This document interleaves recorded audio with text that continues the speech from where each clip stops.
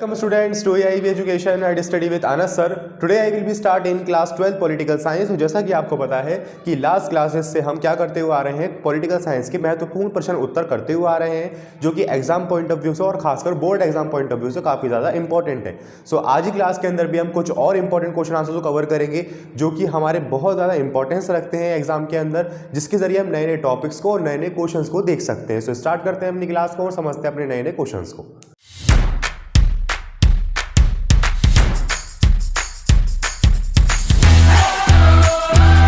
Student शुरू करते हैं.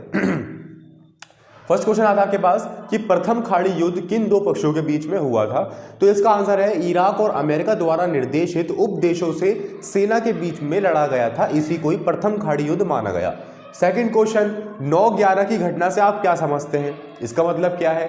इसका मतलब यह है कि 11 सितंबर 2001 को 19 अपहरणकर्ताओं जिनका संबंध अल-कायदा से माना गया, वह विमानों का अपहरण करके उनमें से 2 विमानों को न्यूयॉर्क में स्थित वर्ल्ड ट्रेड सेंटर से टकराया गया. इसे ही 9/11 की घटना कहते हैं.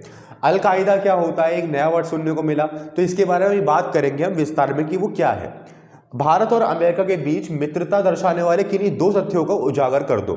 तो इसका आंसर यह है कि जिस प्रकार भारत और अमेरिका के मध्य असैन्य परमाणु करार और सेकंड वन इज आतंकवाद को एक समस्या मानना, ये है हमारे भारत और अमेरिका के बीच में एक मित्रता को दर्शाने वाला. क्योंकि इन 2 पॉइंट्स पे या और भी पॉइंट्स हो सकते हैं, इन पॉइंट्सों पे क्या है, भारत और अमेरिका की दोनों की सहमति है. तो ये थे हमारे कुछ 3 क्वेश्चन. अब बढ़ते हैं हम और आगे क्वेश्चन हम समझते हैं कि आखिर अल-कायदा का मतलब है क्या.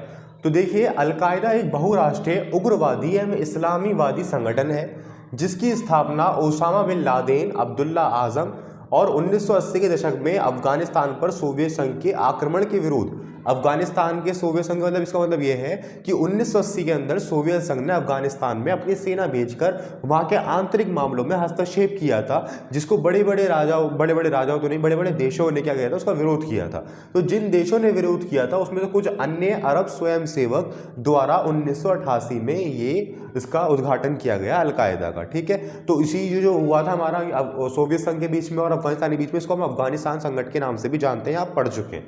तो ये है हमारा अल-कायदा का टॉपिक. सो होपफुली आपको समझ में आया. नेक्स्ट क्वेश्चन हमारे पास ये आता है कि 11 सितंबर 2001 को संयुक्त राज्य अमेरिका पर आतंकवाद हमला क्यों हुआ और इस पर अमेरिका की क्या प्रतिक्रिया थी. यानी जो हमने देखा कि जो विमानों का अपहरण किया गया था और उन अपहरण के पीछे अल-कायदा को ठहराया गया था जिम्मेदार, तो वो आखिर क्यों था और इस पर अमेरिका ने क्या प्रतिक्रिया की थी, ये था इंपॉर्टेंट क्वेश्चन ये है.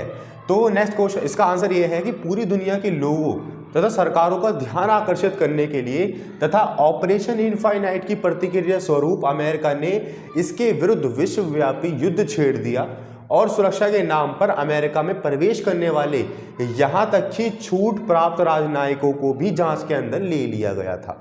तो ये है इस क्वेश्चन का आंसर, जो काफ़ी इंपॉर्टेंस रखता है. नेक्स्ट क्वेश्चन पे आ जाइए कि अमेरिका के वर्चस्व से निपटने के विभिन्न उपायों पर चर्चा करें कि अमेरिका के वर्चस्व से आखिर किस तरीके से निपटा जा सकता है. तो पहला आता है बैंड वैगन की नीति. ये एक तरह से ट्रस्ट वर्दी नीति होती है, यानी कि विश्वास द्वारा, जैसे आप किसी पे विश्वास करें तो वह आपको मतलब आप उनसे प्रूफ भी नहीं ले सके, आप जानते हो कि हाँ भैया बंदा वो सच बोल रहा होगा. तो इस तरीके से विश्वास की बहाली होना कि किसी को प्रूफ मांगने की ज़रूरत ना पड़े कि आपने ये किया है तो क्यों किया है, सबूत दिखाओ. इस तरीके से अपने को छिपा लेने की नीति, मीडिया, स्वयंसेवी संगठन, सामूहिक प्रतिकार और साथ में ही शक्तिशाली या बड़े देशों जैसे चीन, रूस तथा भारत द्वारा संयुक्त प्रयास. तो इन कुछ प्रयासों के द्वारा हम अमेरिका के वर्चस्व से निपट सकते हैं. आज की क्लास के अंदर एक लास्ट और इम्पॉर्टेंट क्वेश्चन और कवर कर लेते हैं जो कि लास्ट टाइम प्री बोर्ड के एग्जाम के अंदर भी आया था और होपफुली इस बार भी आया था.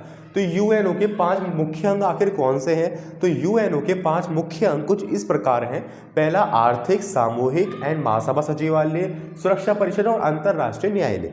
इसके एडिशन में आप कुछ और लिखना चाहते हैं तो ये भी लिख दीजिए कि यूएनओ में ट्रस्टीशिप काउंसिल नामक एक और मुख्य अंग था और इसने विऔपनिवेशीकरण के दौरान महत्वपूर्ण भूमिका निभाई थी.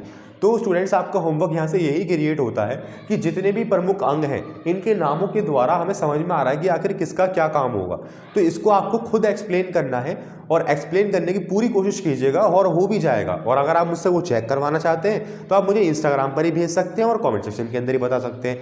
अदरवाइज अगर आपको इसमें किसी भी अंक के अंदर कोई डाउट हो या फिर पिछले क्वेश्चन के अंदर किसी पॉइंट में डाउट हो, तब भी आप मुझे कमेंट सेक्शन के अंदर जरूर बताएं। या तो मैं एक स्पेसिफिक वीडियो क्रिएट कर दूंगा इसी की, या फिर आपको एक शॉर्ट्स के द्वारा आपको क्लियर कर दूंगा कि आखिर वो क्या है। तो इसी तरीके से हम कवर करने वाले हैं और भी कई सारे क्वेश्चंस नेक्स्ट क्लास के अंदर। तो मिलते हैं नेक्स्ट क्लास के अंदर और कवर अप करेंगे बहुत बहुत इंपॉर्टेंट क्वेश्चन आंसर, ताकि हम एग्जाम के अंदर एक भी क्वेश्चन छोड़कर ना आए और सभी क्वेश्चंस को अटेम्प्ट करें और अच्छे मार्क्स स्कोर करें अपने पॉलिटिकल साइंस के अंदर। Thank you.